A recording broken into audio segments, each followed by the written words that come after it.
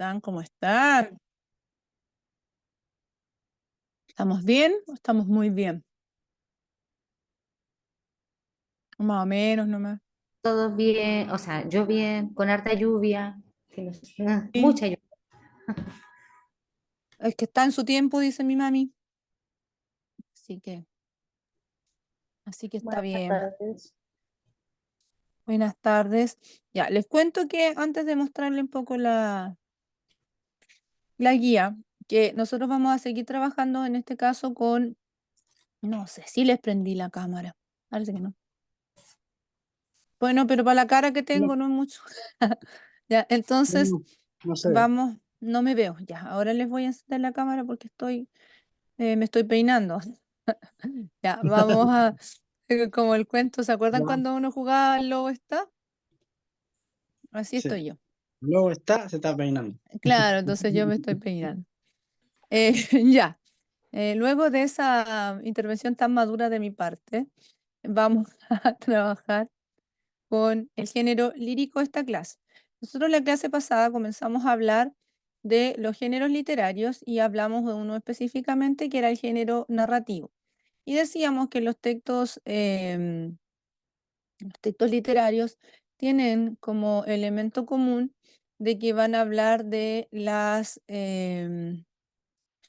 van a hablar el género, los géneros literarios. ¿Qué es lo que hacen? Hablan de elementos que son ficticios, ¿ya?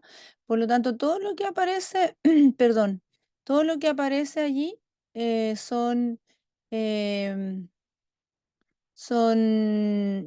es producto de la creación de alguien nada más, que no es algo menor, pero que en este caso alguien lo inventó, alguien lo creó. Entonces de eso vamos a hablar hoy día y vamos a ir viendo un poco de qué se trata todo esto, cuáles son las características específicas que tenemos que considerar. Y vamos a ver, nos vamos a centrar fundamentalmente en todo lo que tiene que ver con la lírica. Ya vamos a ser los chicos y las chicas de las poesías para poder ir hablando un poco de esto. ¿Ya? Y también es importante que recordemos lo del uso del lenguaje, en este caso el lenguaje connotativo, que tiene relación con la lírica, ¿ya? Porque la lírica expresa sentimientos y habla de cosas que son como un poco más complicadas, por lo tanto necesitamos en este caso entender eso, ¿ya? Sin más preámbulos, les voy a compartir la pantalla para ir viendo. Uy, me fui al otro lado, parece que lo cerré, ¿no? ¿No lo cerré? No, no lo cerré. Menos mal, ya me había asustado. Ya, entonces vamos a ir viendo esto. Tienen ustedes, no me puse lentes, por eso veo raro. Y vamos a abrir la pantalla para que nos vayamos viendo las caras. Hoy nos vamos a ver las caras. Tiene algunas cosas porque esta guía yo la estoy trabajando con el otro nivel también, porque son como los contenidos son bien parecidos en el fondo, ¿ya? Entonces vamos a ir trabajando eso en este caso. Ya, vamos a ir bien. Y no sé por qué se me tiñó esta cuestión de verde. No entiendo por qué. Entonces, vamos a hablar nosotros del género lírico o poético, ¿ya? ¿Cuál es la característica fundamental que tiene el género lírico o poético que va a expresar sentimientos?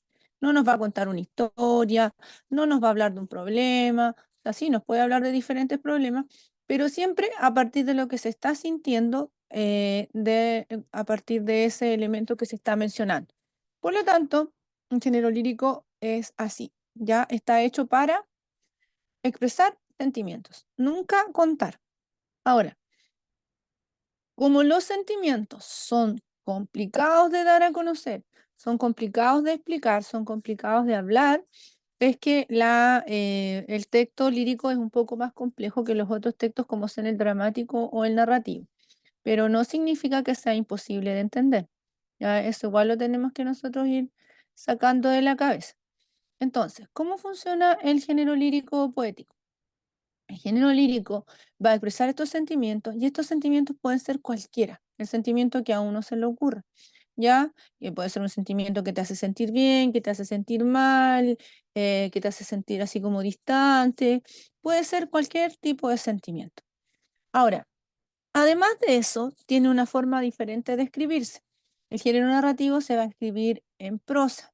El género lírico generalmente va a estar escrito en versos y divididos los textos en estrofas, ya que van teniendo como esos cuadritos que se van poniendo como línea a línea. Entonces, y el conjunto de versos, la línea es el verso y el conjunto va a ser, ¿ya? Generalmente va a estar así. Y por otro lado, suelen tener rima para que sea, para que tenga una mayor sonoridad, para que sea también más recordable. Uno cuando rima es mucho más fácil recordar aquello que se está dando a conocer. Y también va a tener un ritmo, va a tener una sonoridad a partir de lo que se está expresando en el texto. Ahora, que no es lo mismo que la rima, el ritmo es la sensación de rapidez o lentitud que va a expresar el texto. Eso es la diferencia, eso es el ritmo. Ahora, habitualmente, y como lo dijimos, va a utilizar el carácter connotativo del lenguaje. ¿Por qué va a utilizarlo? Porque va a utilizar figuras retóricas o figuras literarias. Por lo tanto, va a hablar de manera no literal, ¿ya? Y eso es lo que a nosotros nos da la impresión de que hace que la lírica nos cueste un poco más de entender, pero en realidad no es así, porque en lo cotidiano también nosotros usamos lenguaje connotativo. Entonces, ¿cómo usa este lenguaje connotativo? Construye figuras retóricas. Son expresiones que se utilizan para embellecer el lenguaje, para hacerlo más completo y también en algunas ocasiones para hacerlo un poco más complejo, ¿ya? Entonces, de esta manera se va a ir utilizando el lenguaje en el género lírico. Tenemos además, como nosotros expresamos sentimientos, como el poema expresa sentimientos, alguien tiene que hablar de esos sentimientos al interior del texto. Y ese encargado o esa encargada, esa voz encargada de dar a conocer esos sentimientos, esas emociones, se va a llamar hablante lírico. Y aquí es donde tenemos que tener cuidado. Cuando nos pregunten, cuando nosotros respondamos, especialmente las preguntas que son de desarrollo, nunca tenemos que decir que es el narrador, porque el narrador pertenece al otro género, al género narrativo. Al género lírico pertenece el hablante lírico. Y tampoco tenemos que decir que es el autor, porque el autor vive en el plano de la realidad, no existe dentro del poema. ¿Ya? El que existe dentro del poema, lo que existe dentro del poema es el hablante lírico, que puede ser la voz de una mujer, de un hombre, de un animal, de lo que sea. Por eso mismo es que tiene este carácter de ficción, ¿ya? Entonces, no confundir con el autor, no confundir con el narrador, porque el autor está fuera del texto y el narrador pertenece a otro género. La poesía no nos cuenta, la poesía nos emociona. Es lo que quiere hacer.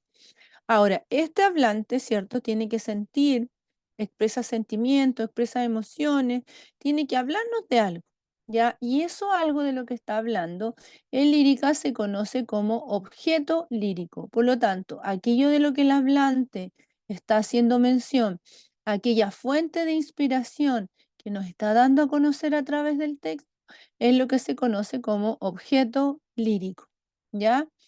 Ahora, de ese objeto, por lo tanto, el objeto lírico es general, es un elemento grande, ¿ya?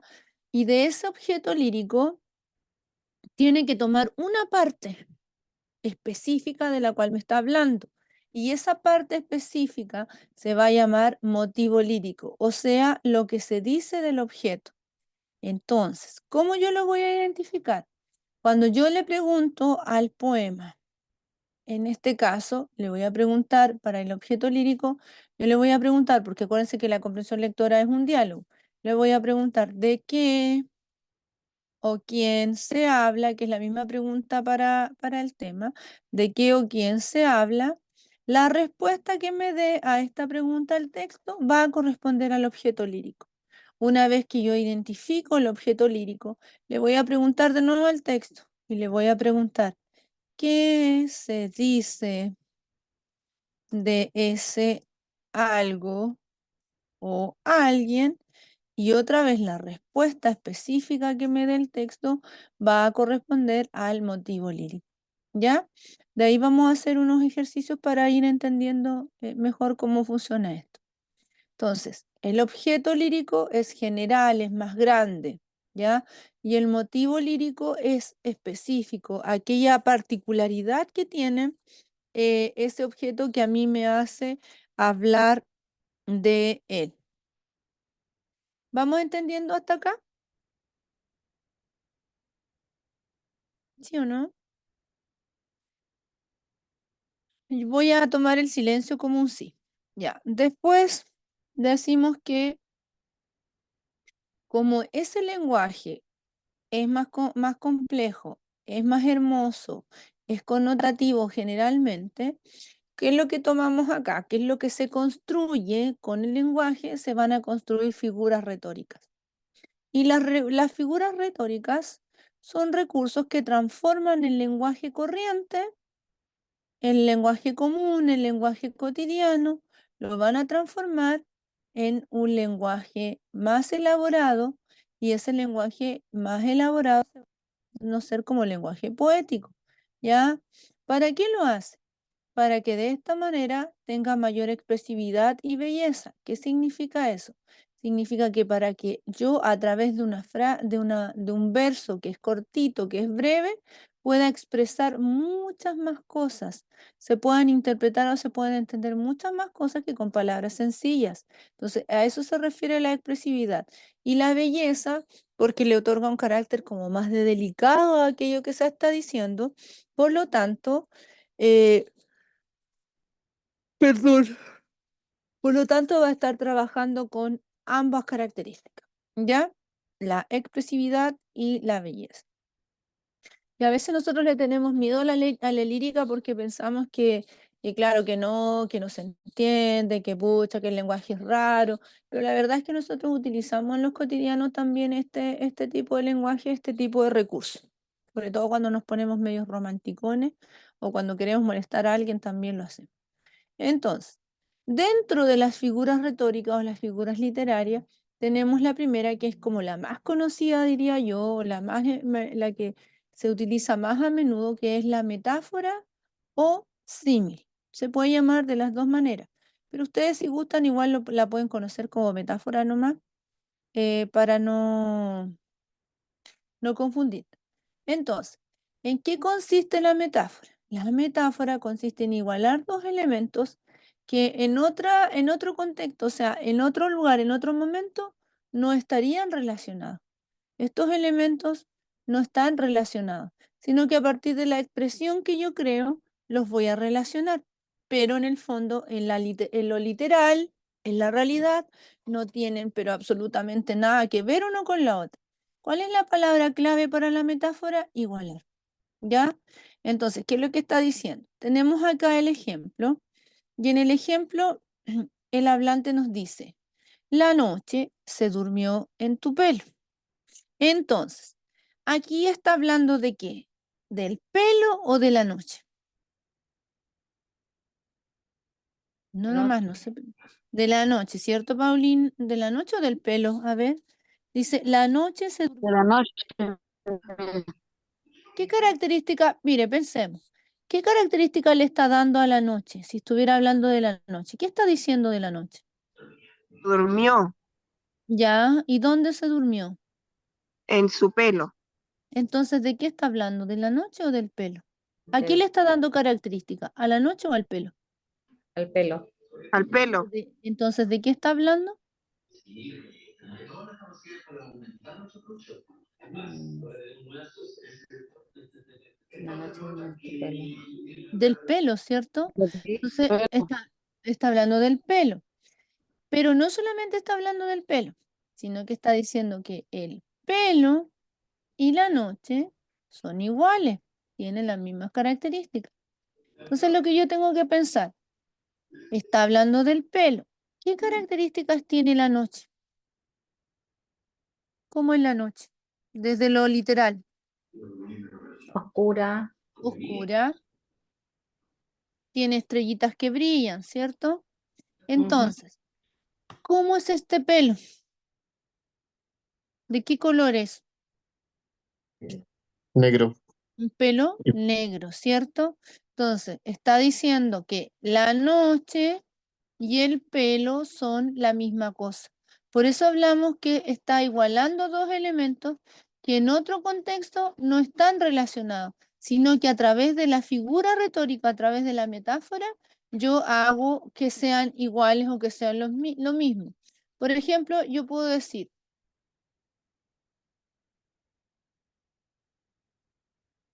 voy a poner románticas, son ahí. ¿Qué estoy igualando? Me suena canción esa. Una canción, porque yo le saqué una parte.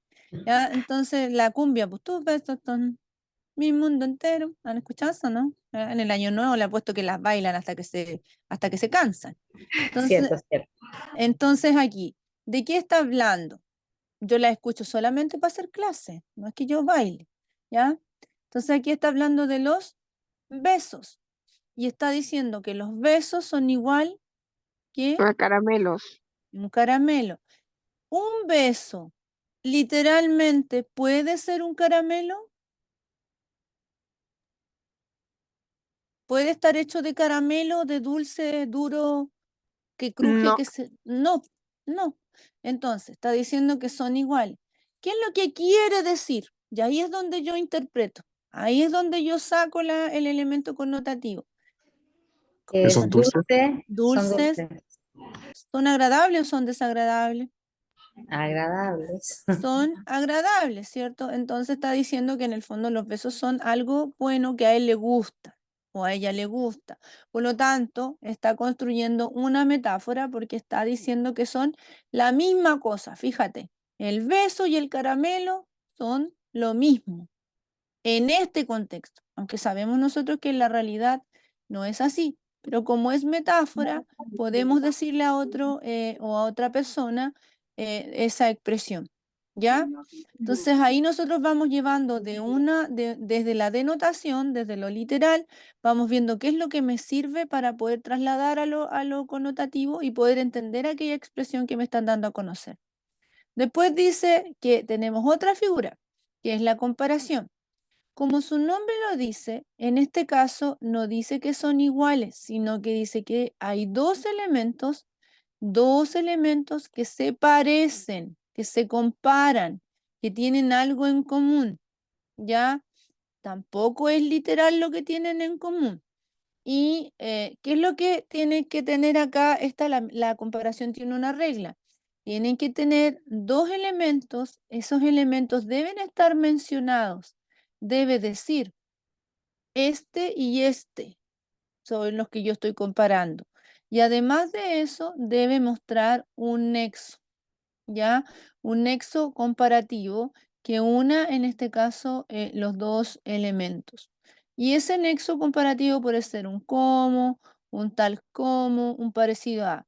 Y fíjense que aquí, este ejercicio es bastante significativo, porque aquí dice, tus besos son caramelo. Sacamos el como de la canción, que es la original que está acá abajo. Y abajo dice, tus besos son como caramelos. O sea, no es lo mismo. Se parecen, pero no son iguales. Entonces, ¿cómo sé yo que es una metáfora? Porque tenemos que cumplir la regla. La regla, dos elementos mencionados más un nexo que los compara. De ahí tenemos una comparación. Entonces dice, ¿qué es lo que está comparando? Los besos con el caramelo. Se cumple la primera parte. Un elemento, uno, besos, dos elementos, caramelos, ya están mencionados, más el nexo. Por lo tanto, tenemos una comparación. Ojo acá, porque yo he visto preguntas en los ensayos donde le ponen a ustedes la palabra como para confundirlos, ¿ya? Y por ejemplo, hay otra canción haciendo referencia a mi espíritu musical que no creo que ustedes la conozcan porque es muy poco conocida esta canción. Es exclusiva de mí.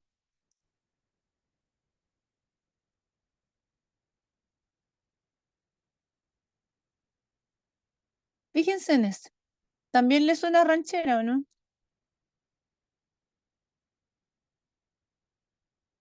Y dice, ¿cómo dejar de amarte, mi vida? ¿Cómo? Yo le dejé en cómo dejar de amarte nomás, mi vida. ¿Esto podemos decir que es una comparación? ¿Sí o no?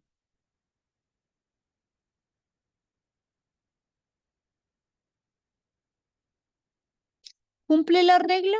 Dos elementos mencionados Sí, más. cumple la regla. A ver, Paulina, hagamos el ejercicio. Dice que tenemos que tener un nexo. El nexo sería Ya, el cómo, aparentemente. Aparentemente. Y sí. dice además que tiene que tener dos elementos que se están comparando y los debe mencionar claramente. Y dice, ¿cómo dejar de amarte, mi vida? ¿Cómo? ¿Qué está comparando? ¿Cómo dejar de amarte, mi vida? ¿Sí? Están los dos elementos, ¿no? Ya se dio cuenta. Ayudemos a Paulina. Sí, ya que mis compañeros también hablen. A ver, No, no están. no, pues, ¿cierto, Andrés, que no están? No están. Está hablando de otra cosa. Entonces, Claro, este cómo, cuidado con eso. ¿Ya? ya. Recuerden que tienen que ser, la regla tienen que decir que están los dos elementos, porque en este caso más es como una afirmación, es como una súplica, pero sí yo he visto ensayos en donde le ponen estos poemas que empiezan así, que utilizan estos nexos y uno cae y piensa que podría ser una comparación, pero no, esto no es comparación, no lo es, porque no se cumple la regla de la mención de los dos elementos. ¿Ya? Si dijera, por ejemplo, eres como la luz de mis días. En este caso, este eres, sabemos que es un tú, ¿cierto? Tú eres como la luz de mis días. ¿Este se cumple la regla de la comparación, sí o no? Sí, A ver, ¿por qué, Andrés? porque compara la luz con los días.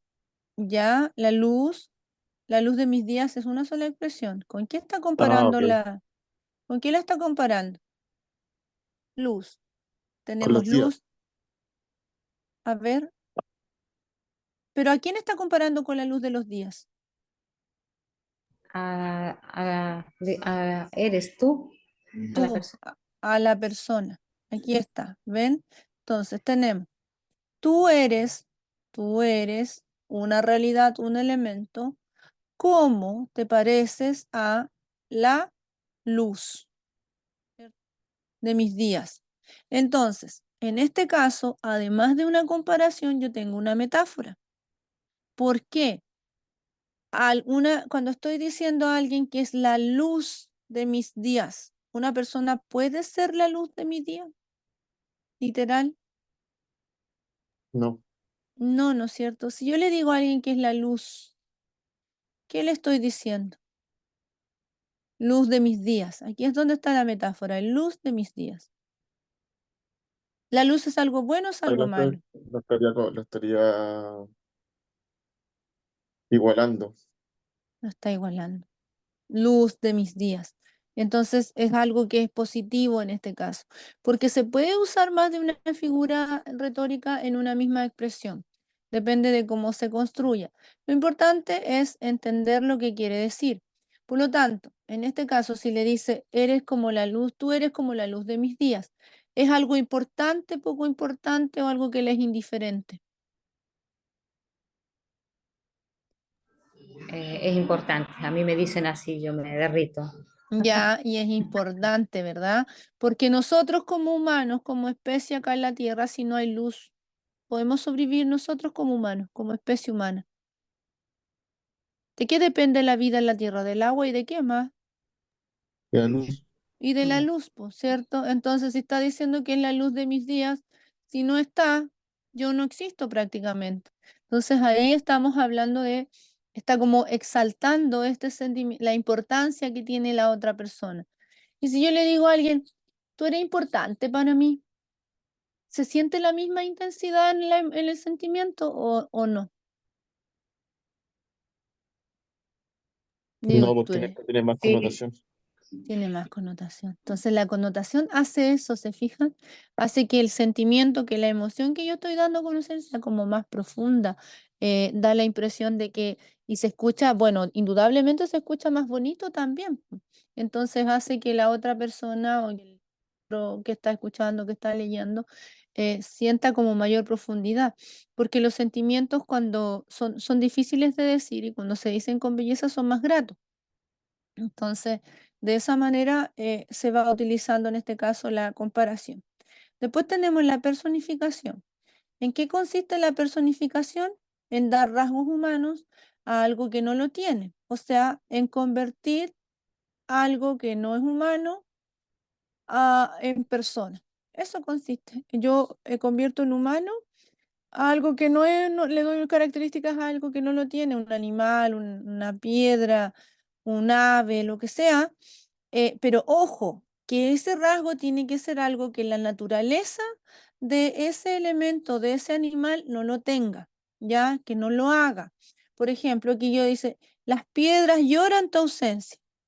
¿Las piedras pueden llorar por alguien? ¿Sí o No, no? No, ¿cierto? Entonces, ¿qué es lo que estoy diciendo yo? Yo estoy transformando estas piedras en una persona. Entonces, tengo que tener cuidado, porque yo, por ejemplo, puedo decir, mi, vamos a hacer ejemplos sencillos. Mi gato maulla,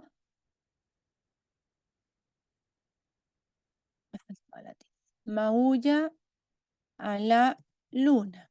Puedo expresarlo así, pero también puedo decir, maulla, vamos a hacer así, en la noche, ahora que viene agosto. Y también yo puedo decir, mi gato le canta a la noche. ¿En cuál estoy usando un lenguaje retórico? ¿En cuál estoy usando una personificación?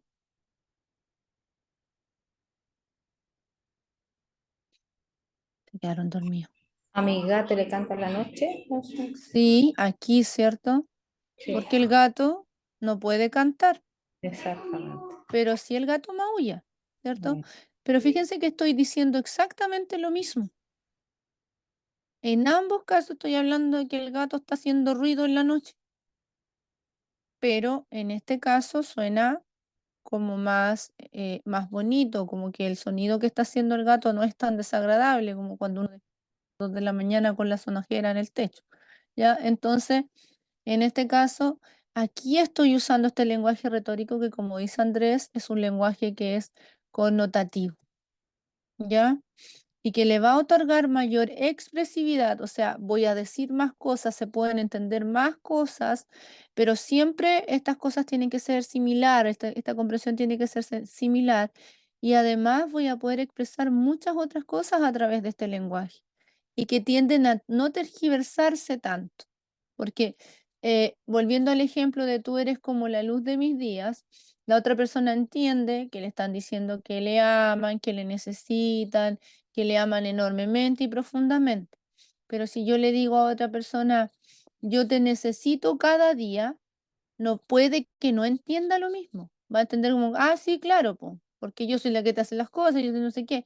Entonces, en este caso, es como más palpable la emoción y el amor que hay detrás a partir de la connotación. ¿Ya? Después tenemos la hipérbole, que consiste en exagerar. Cada vez que yo exagero algo de manera extraordinaria, estoy usando una hipérbole. Eso es una hipérbole, es exagerar. ¿Ya? Y nosotros lo hacemos cotidianamente, por ejemplo, cuando yo digo, por ti yo iría al Ártico a pata pelá. Mentira, es una exageración, probablemente no sobreviviría. Entonces ahí estoy usando una hipérbole. Te lloré un río. ¿Una persona literalmente puede llorar un río? No, No, pues, no puede. Pero ¿qué es lo que está queriendo expresar? ¿Cuánto lloró? ¿Sufrió mucho o sufrió poquito? sufrió mucho. Sufrió mucho, ¿cierto? O sea, y cuando uno dice está hecho un mar de lágrimas, ¿cierto? Entonces también ahí uno está exagerando. Entonces no hay que entender la hipérbole como una exageración, como algo grotesco, como algo eh, hasta feo, sino que hay hipérboles también que son como bien bonitas y que agrandan esta sensación de, de sentimiento. Por ejemplo, hay un poema de Miguel Hernández que hace rato transformó en canción que se titula Elegía. Una elegía es un poema que se hace en homenaje a una persona que falleció y se habla del dolor que te provoca el fallecimiento de esa persona. Eso es una elegía. Entonces, este poema se titula justamente Elegía y hay una parte en donde él habla de la muerte de un amigo. Y Miguel Hernández se inspira en la muerte de su amigo que tenía. Entonces, hay una parte donde le dice, de tanto doler, me duele hasta el aliento. Esto es una hipérbole, porque a ti te puede doler el aliento. No. No, está exagerando, ¿cierto? Está exagerando este dolor. ¿Y qué le está diciendo? ¿Le duele solamente lo físico o el dolor va más allá de lo físico? ¿Puede medir el dolor que tiene producto de esa partida? Eh, o sea, la está midiendo en una forma exagerada en el fondo. Sí.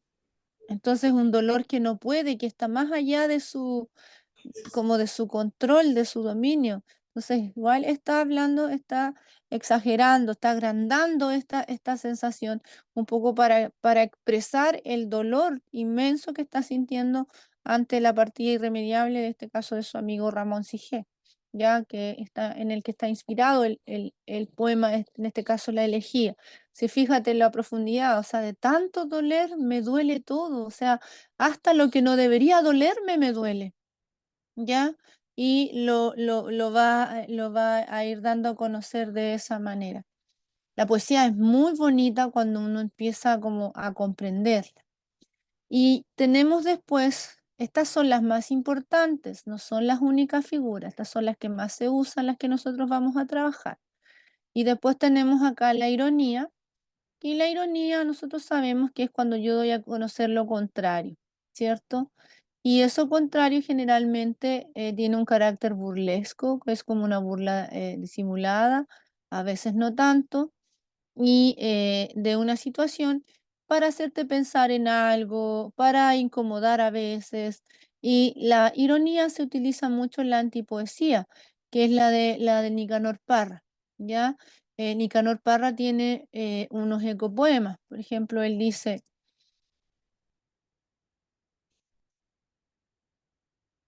puro Chile es tu cielo azulado. Y después en la siguiente línea dice, chiste ecológico. Este es un ecopoema. Y después dice, puras brisas. ¿Reconocen esto, no? ¿De dónde salen? La canción nacional de La Chile. canción nacional. Puras brisas te cruzan también. Y al final él termina diciendo el hablante, bye, así lo dice. No es que yo lo esté escribiendo mal. Vaya a seguir. Entonces, ¿de qué se está burlando en este caso? ¿Por qué él está siendo irónico? Toma el himno nacional y en el fondo él te está diciendo, ¿esto es así o no es así? ¿Chile tiene un cielo puro y azulado y limpio, de acuerdo a lo que nos está diciendo o lo que nosotros vemos en realidad? En el sur, sí. pero bien al sur, ¿cierto? Donde Sí. están las casas bien lejos una de la otra, porque Sí, por hasta eso. porque están las ciudades del sur, donde están las estufas, uno mira y Exactamente. ya. Entonces, en este caso está diciendo puro Chile, eso es un chiste, es como una burla. Y después la canción nacional prosigue y dice, puras brisas te cruzan también. O sea, está hablando aquí del aire, ¿verdad? El aire puro que no está contaminado. Y dice, vaya a seguir, entonces se está burlando de esa situación, de cómo en el fondo, y te hace pensar también, pues, claro, pues en realidad ya no es el cielo tan puro, ni la brisa tampoco está tan fresca como dice nuestro himno nacional, y ahí uno también empieza a pensar un poco en lo que nos quiere decir y en la invitación que nos va dando, en este caso, este hablante lírico a través de la ironía. La ironía tiene que ser sutil, ¿ya? La ironía, para que sea ironía, tiene que ser sutil, no puede ser grotesca, no puede ser muy evidente, tiene que generarte como esa incomodidad, como ese encono, pero no tiene que generarte malestar, ¿ya? Porque si genera malestar, ahí estaríamos hablando de otro recurso. Estaríamos hablando del sarcasmo, que el sarcasmo es una burla ya más evidente, que es como un chiste más pesado, que de repente uno como que se incomoda un poco, te molesta. O si no, estaríamos hablando de la sátira, que ya la sátira es cuando tú ya te burlas así maliciosamente de alguien y es como esos típicos chistes de que si me río me voy al infierno. En ese caso estamos hablando de la sátira, ya que es diferente, o sea, van como en nivel. La ironía debe ser disimuladita, debe ser sutil, tiene que tener como esta cosa más, como más suave, no grotesca. Después tenemos la onomatopeya, que consiste en representar un sonido con palabras. Por ejemplo, cuando en los cómics dice crash, tac, toc, toc, el tic-tac del reloj. Entonces ahí también estamos usando onomatopeyas cuando reproducimos los sonidos de los animales, miau, guau, mu, todo eso son onomatopeyas, ¿ya? Y ahí las vamos utilizando también para poder ir contextualizando lo que está ocurriendo en en el entorno, ¿ya? ¿Dudas hasta acá? Algo que no se hayan entendido del todo.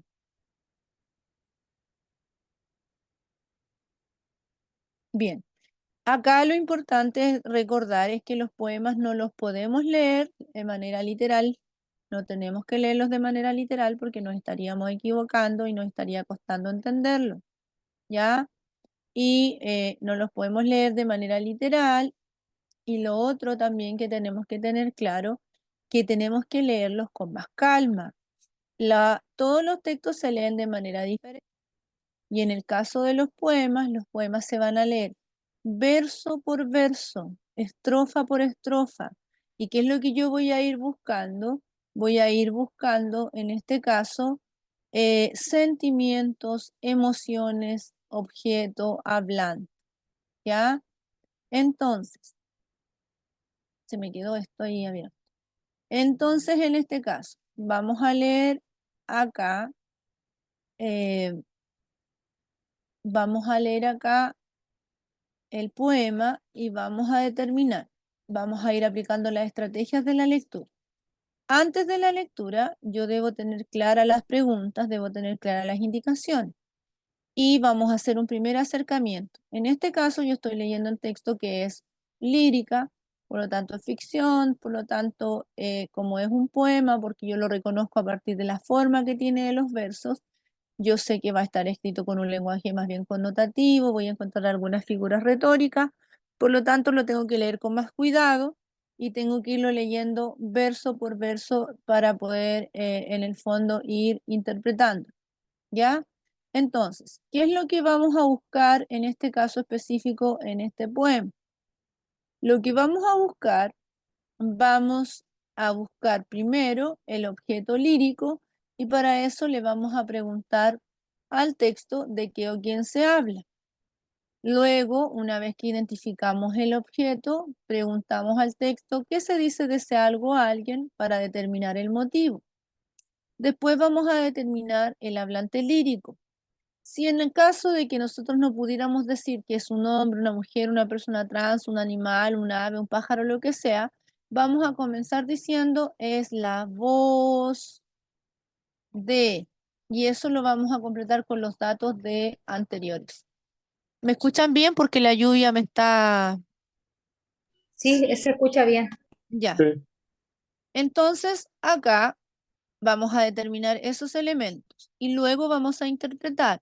Los poemas se interpretan porque a partir del lenguaje connotativo yo tengo que traducir en mi cabeza lo que el poema quiere decir, qué es lo que yo estoy entendiendo. Entonces, por eso es que nosotros hablamos de interpretar poemas, no de entender un poema, porque como está hablando de sentimientos y de emociones, estamos hablando de eso de comprender qué es lo que me quiere decir a partir de este lenguaje.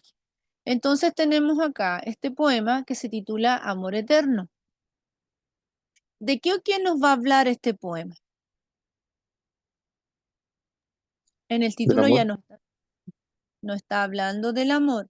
Como ese elemento es general y responde a la pregunta de qué o quién me habla, por lo tanto yo voy a determinar que está hablando del amor. Más abajo vamos a seguir viendo a qué tipo de amor se refiere, cómo describe el amor, porque yo el amor lo puedo describir como algo muy bueno, algo muy malo.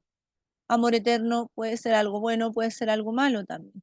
Entonces dice, fíjense acá cómo se lee. Aquí, hasta donde están los puntos y coma, estos versos terminan acá abajo. Por un asunto de espacio yo los puse así. Entonces dice, ¿podrá nublarse el sol eternamente? ¿El sol se puede nublar para siempre, sí o no? No. No, por lo tanto está exagerando.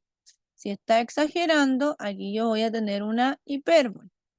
Entonces está hablando de que podría, esto nosotros sabemos que es muy difícil, casi imposible que ocurra, ya, y tenemos la esperanza de que no ocurra. Después dice, ¿podrá secarse en un instante el mar? En un instante el mar. No se puede secar el mar. No se puede, no en un instante a lo menos, ¿cierto? Por lo tanto, también está Una hipérbole. usando una hipérbole. Está hablando de cosas que son gigantes, que son extraordinarias. Después dice, ¿podrá romperse el eje de la Tierra? O sea, está hablando de que la Tierra puede dejar de girar, ¿cierto? Entonces aquí también está, en este caso, exagerando. Tenemos otra hipérbole. Y después dice acá, como un débil cristal. Mira, ¿qué está aquí? ¿Qué está haciendo? Aquí tenemos que poner ojo. ¿Cómo? Comparación. Una comparación. ¿Qué es lo que está comparando? Muy bien, Paulina. ¿Qué compara? Algo débil como el cristal también es como Ya débil, compara el cristal con qué. con algo débil.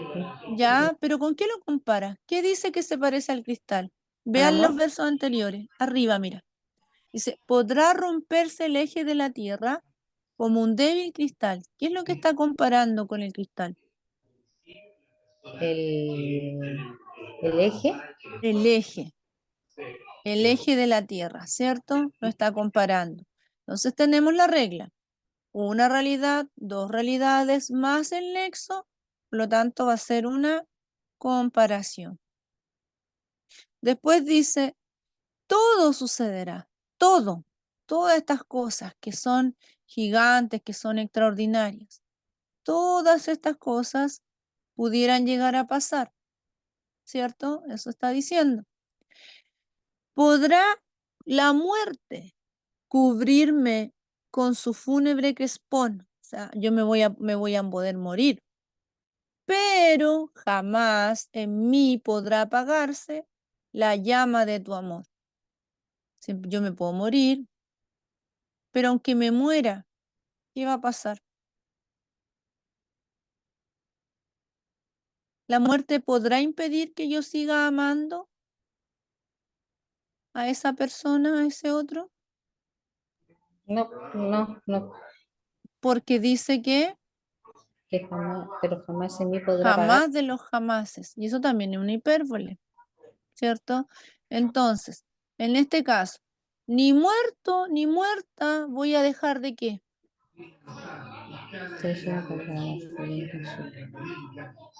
Llamar.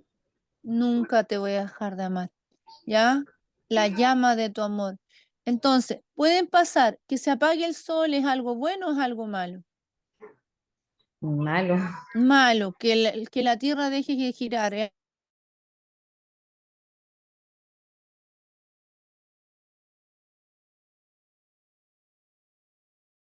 Entonces, todas estas cosas malas, hasta me puedo morir.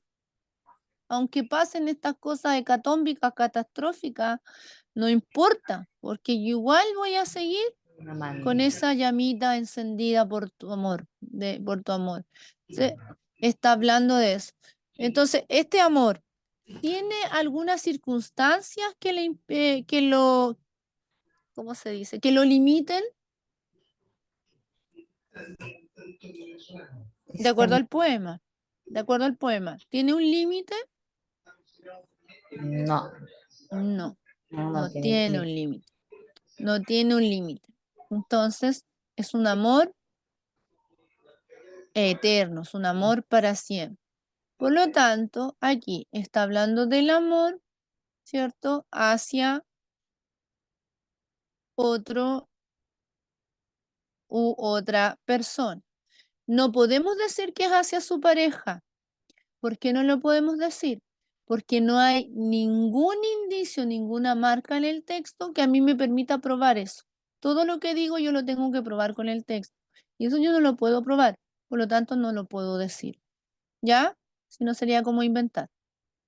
Ahora, ¿qué dice del amor hacia esa otra persona? ¿Qué está diciendo? ¿Cómo es ese amor? Un amor eterno. Ya, entonces dice que es un amor. No se está hablando de un amor. El motivo es que el amor es eterno. ¿Y va más allá de qué? De la vida. Más allá incluso de la vida. Ese es el motivo. Está esa declaración de amor que no va a terminar jamás. ¿Podemos determinar si es un hombre, una mujer, una persona, un niño, una niña, un animal, una cosa, algo? No.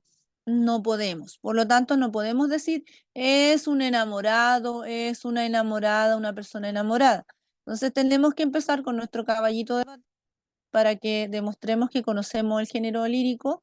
Entonces, vamos a decir, es la voz de una, porque no sabemos, ya, eh, enamorado, enamorada, eso sí lo podemos decir, enamorado, enamorada, que declara, ¿qué es lo que declara?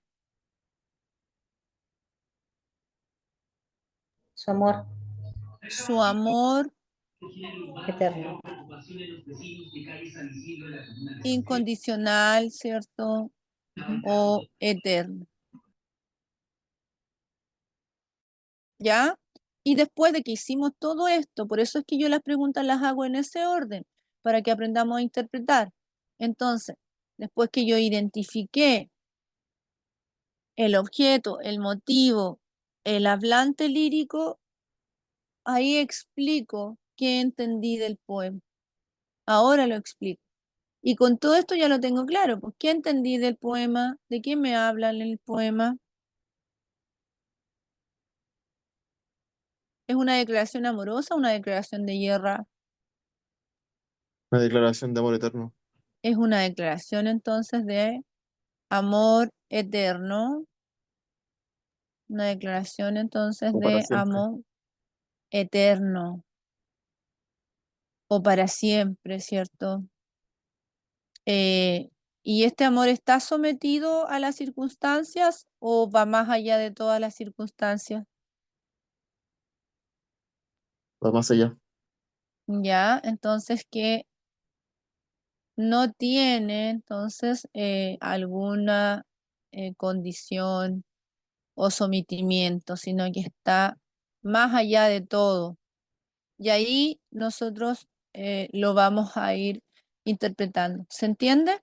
Pero sí tenemos que hacer una lectura pausada, tenemos que ir tratando de entender qué es lo que nos está diciendo, a qué se está refiriendo, sabiendo que generalmente no es literal, ¿ya?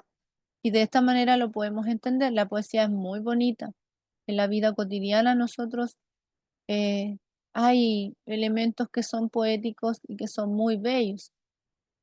¿Y por qué no hablar de los sentimientos? Pues si sabemos que los sentimientos son algo maravilloso también y somos afortunados. Pero acuérdense que también pueden ser sentimientos no necesariamente positivos. Bien, pasamos entonces al género dramático, que le vamos a dedicar poquito tiempo porque este no es tan complicado, ¿ya? ¿Qué es lo que hace? Este es el que no le pude sacar el color. ¿Qué es lo que hace en este caso el género dramático? El género dramático da a conocer, pero lo voy a ir subrayando para que lo vayamos entendiendo. El género dramático, ¿qué es lo que hace? Da a conocer un conflicto humano. Eso es lo que hace el género dramático, ¿ya? Te habla de un conflicto, de una problemática humana, pero este conflicto, esta problemática humana, tiene que ser universal, tiene que ser claramente identificable. Ya no es, por ejemplo, que yo tengo un problema con mi familia, tuve un problema en mi trabajo específico y voy a hablar de eso, sino que tiene que ser un conflicto humano que una gran cantidad de personas lo identifique y puede decir, oye, sí, yo me he sentido así, yo he visto esto, ¿ya? ¿Y cómo va a presentar este conflicto humano? Lo va a presentar a través de un texto que se va a escribir, en este caso, en diálogo, ¿ya? El texto va a estar escrito en diálogo. Entonces, vamos a ir viendo también las diferencias, porque tenemos que este se va a escribir en prosa, este se va a escribir en verso, y esto se va a escribir en diálogo. Entonces también tienen características que son particulares. ¿Ya? Ahora, ¿por qué razón se escribe en diálogo? Porque este texto está escrito, está pensado para ser representado, para convertirlo en una obra de teatro. ¿Ya? Entonces es más fácil de esa manera que las personas que lo van a representar puedan saber qué es lo que exactamente tienen que decir. Por esa razón es que está escrito de manera dialógica. Ahora, una obra dramática se va a dividir, se va a estructurar en actos, la estructura general. Se va a dividir en actos, escenas y cuadros. ¿Y cómo funciona esto o cómo yo lo voy a identificar? El acto se identifica por la apertura o cierre del telón y te va a presentar como una parte grande del texto, un acontecimiento importante. Por ejemplo, en el acto 1 te presentan el conflicto, después lo desarrollan y en el tercer acto te van a presentar cómo se termina, cómo se resuelve o no el conflicto. Como lo reconozco, se abre y se cierra el telón. Después, dentro de un acto, puedo tener diferentes escenas. ¿Cómo lo reconozco? A partir de los personajes. Cada vez que entra o sale algún personaje, yo voy a estar hablando de una escena. ¿Ya? Por eso tenemos ese elemento. Esto se lo preguntan de repente, pero se lo preguntan a través de las acotaciones. ¿Ya? Ahora, ¿dónde se indica el cambio de escena? Pues lo vamos a ver ahora, yo se los voy a mostrar ahora cómo se hace. Entonces, y tenemos acá, ¿dónde se indica? El cambio de escena se va a indicar en las acotaciones, ¿ya? Cuando nosotros leemos texto dramático, hay unas partes que están escritas entre paréntesis y con letra distinta. Y eso son las acotaciones. Eso no forma parte de la historia, no forma parte del conflicto que están viviendo los personajes, sino que son las instrucciones que deja el dramaturgo el que escribe, ¿cierto? Para que después un director represente, en este caso, la obra, ¿ya? Entonces, como el dramaturgo se muere o no está en todas partes donde se va a representar su texto, va a dejar estas instrucciones entre paréntesis, donde va a indicar entra o sale tal personaje, grita, está vestido de tal o cual manera. Y se escribe diferente para que el lector y para que las personas que están frente al texto no lo confundan, no lo vean como una parte de la historia. Ahora, ¿qué más tenemos? Tenemos personajes. ¿Qué hacen los personajes? Dialogan entre ellos y van a dar a conocer la historia. En el caso de que el texto se esté representando, son personajes a través de su diálogo con los que yo voy a interactuar. En este caso, yo con quién interactúo es con los personajes. Son los personajes los que están dialogando, los que están hablando entre sí y los que me están de cierta manera adentrando en este conflicto humano propio del género dramático. ¿Ya? Entonces, ¿cómo se vivencia esto del género dramático? Este no es tan difícil y es uno de los géneros más antiguos que existe junto con la lírica, ¿ya? Eh, de hecho, el más nuevo, el más reciente es el texto narrativo. Entonces, fíjense acá, tenemos diálogo, tenemos los nombres de los personajes, los 2 puntos, lo que dicen. Entonces, eso quiere decir que está escrito en diálogo. Habla el viajero, luego el campesino, luego viajero y así sucesivamente. Y si usted se fija acá, tenemos, en este caso, una indicación entre paréntesis, ¿ya?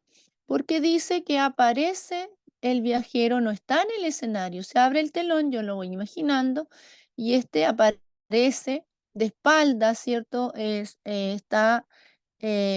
Aparece este hombre, no está mirando al otro que está con él, sino que le está volviendo la espalda, ¿ya? Entonces, y le dice, buen hombre, buen hombre. Y después dice, ¿qué es lo que tiene que hacer el otro personaje? Mientras él le habla, tiene que ignorarlo, ¿ya? Y después el hombre dice, ni que fuera sordo como yo. ¿Y qué hace para llamar la atención del otro? Le toca el hombro. Entonces, en ese caso, yo voy viendo las acotaciones, las indicaciones, porque el dramaturgo quiere que se represente de cierta manera. Y luego le dice, oiga, ¿ya? Luego el campesino responde, hola, ¿qué tal? ¿Qué desea? El viajero le dice, usted que ha de conocer estos lados. El campesino, sí, señor, Rudecindo Lagos para servirle. El viajero, hágame el favor de hablar más alto, que soy bastante sordo. Y ahí empieza el diálogo en donde nosotros suponemos que este tipo está perdido y le quiere pedir ayuda a este campesino. ¿Ya? Por lo tanto, aquí, por ejemplo, sí, señor, por ejemplo, usted sabe que soy de estos lados. Sí, señor. Y aquí, por ejemplo, podía decir, se oye que lo llaman y sale del escenario. Entonces aquí la acotación me está diciendo que este personaje se va, deja hablando solo en el fondo a la otra persona. Y al decirme que deja al otro hablando solo al irse del escenario, yo voy a saber inmediatamente que la escena cambia. ¿Por qué? Porque sale un personaje. Entonces aquí, cuando ustedes le preguntan, por ejemplo, ¿cuántas escenas hay en el texto? Tenemos una cuando llega el viajero, ¿cierto? E interactúa con el campesino. ¿Y cuál otra más tenemos aquí? 2, cuando el campesino se va porque escucha el llamado. Entonces, en las acotaciones es donde debo poner el foco yo para determinar cuántas escenas hay, si sale o no o entra un personaje. En eso pongan atención, porque eso yo he visto que se lo preguntan en el género dramático, lo preguntan y lo preguntan bastante. ¿Ya? Entonces, ¿se va entendiendo la diferencia? Próxima clase, ¿qué vamos a hacer? Porque ya se nos terminó la hora. Vamos a trabajar con esta guía, con los textos que nos están quedando abajo de comprensión lectora. Si es que pudieran imprimirla para irla subrayando y trabajando sería lo ideal. y probablemente yo les voy a enviar también otra para poder seguir trabajando los distintos aspectos que hasta ahora hemos estudiado. Bien, muchas gracias por su atención, por su tiempo. Gracias. Gracias, profesora. Nos Gracias, escuchamos la buenas próxima noches. semana.